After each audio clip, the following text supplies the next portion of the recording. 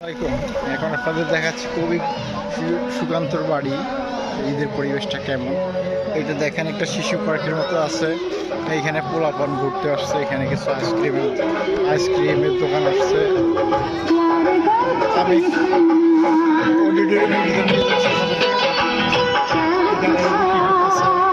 সামনে একটা পুকুরটা অনেক সুন্দর আর কি। এখানে ঘাটলা সবাই বসে আর কি, অনেক সুন্দর। এইখানে খেলার মাঠ আছে একটা, ওই পাশে এটা অডিটোরিয়াম ভিতরে, ওই পাশেও ফার্স্টে এটা দেখাই, ওই অডিটোরিয়ামটা দেখাচ্ছি।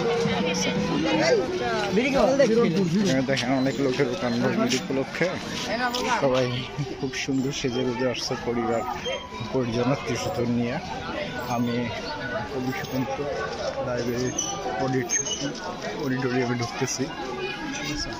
এটা হচ্ছে আপনার উনশিয়া গ্রাম যে আছে কোটালীতে, উনশিয়া গ্রামে অন্তর্গত আর কি। তো স্যান্ডেলগুলো বাইরে রেখে ঢুকতে ভিতরে একটা মেয়ে প্রাইভেট করতেছে তার শিক্ষকের কাছে।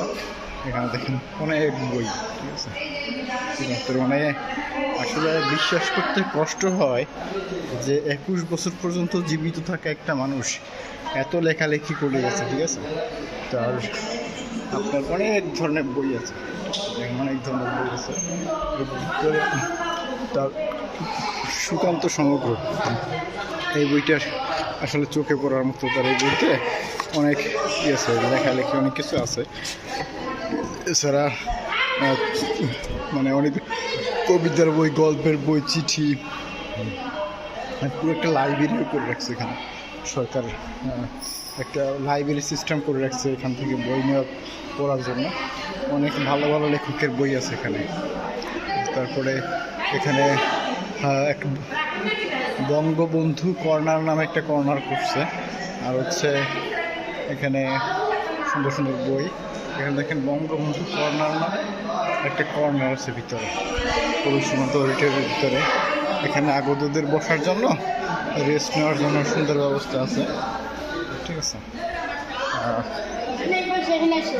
এখন বের হয় আমি ওই পাশটা একটু দেখাবো আপনাদেরকে, যে অডিটোরিয়ামের আর একটা সাইড আছে, ওই সাইডটা তো আসলে কেমন কি, ঠিক আছে, এটা একটু দেখাবো আপনাদেরকে। দেখেন সবাই কত সেজে গুজে সুন্দর করে পরিবার পরিজন আত্মীয় স্বজন নিয়ে আসছে এখানে, ঠিক আছে। এটা ফুল গাছ সুন্দর। আমার সবচেয়ে আসলে পুকুরটা সুন্দর লাগে, ছোট একটা পুকুর।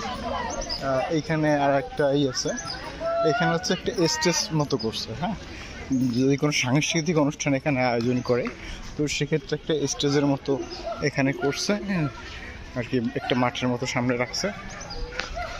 ওইখানে হচ্ছে একটা খেলার মাঠ সামনে, ওই যে ব্রিজটা, ওই ব্রিজটার ডান পাশে একটা খেলার মাঠ, বড় ধরনের ক্রিকেট ফুটবল খেলা হয়, খুব সুন্দর একটা মাঠ, ঠিক আছে।